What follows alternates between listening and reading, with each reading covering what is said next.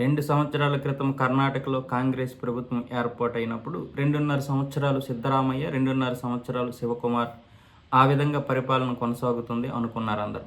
దానికోసం కూడా అందరూ కట్టుబడి ఉన్నారు. అయితే ఇప్పుడు ఈ నవంబర్ వస్తే, ఈ 2025 నవంబర్ వస్తే 2.5 సంవత్సరాలు పూర్తవుతుంది. మరి ముఖ్యమంత్రి డీకే శివకుమార్కి మళ్ళీ అప్పజెప్తారా? లేకపోతే సిద్ధరామయ్య కొనసాగుతాడా?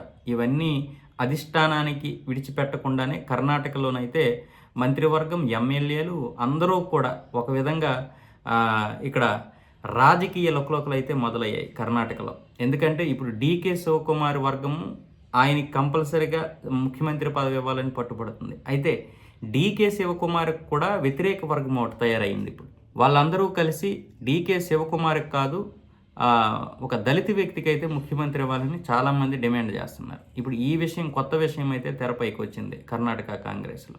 ఇది కాకుండా డీకే శివకుమార్ కాకుండా సిద్ధరామయ్య కొనసాగాలని సిద్ధరామయ్య వర్గం అయితే పట్టుబడుతుంది. ఇలాంటి సమయంలో అనేక విధాలుగా అనేక మంది ఎమ్మెల్యేలు, మంత్రులు విందు సమావేశాలు ఏర్పాటు చేసుకుంటున్నారు. ఆ విందు సమావేశాలను కూడా సిద్ధరామయ్య ప్రోత్సహిస్తున్నాడు.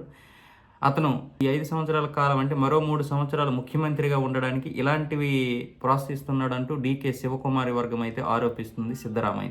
దానికి సిద్ధరామయ్య వర్గం కూడా కౌంటర్ ఇస్తున్నారు. ఇలాంటి విందు సమావేశాలు పెట్టుకుంటే తప్పేంటి? ఒకరికి అవగాహన వస్తుంది కదా, ఒకరిపై ఒకరికి మంచిగా స్నేహపూర్వక సంబంధాలు ఏర్పడతాయి కదా, దీనికోసం ఎందుకు రాద్ధాంతం చేయాలని ఇటు డీకే శివకుమార్ వర్గాన్ని అయితే సిద్ధరామయ్య వర్గం అయితే తిడుతుంది. ఇలా రాజకీయంగా ఇప్పటికే ఢిల్లీలో అసలు అది ఢిల్లీ పీఠంలో కనీసం పోటీకి కూడా అర్హత లేనటువంటి కాంగ్రెస్ పార్టీ అక్కడ తలమునకలై తంటాలు పడుతుంటే, ఇప్పుడు కర్ణాటక కాంగ్రెస్లు ఈ యొక్క లుకలుకలకి అధిష్టానం కూడా ఏమీ చేయలేకపోతుంది, జుత్తు బీక్కుంటాం.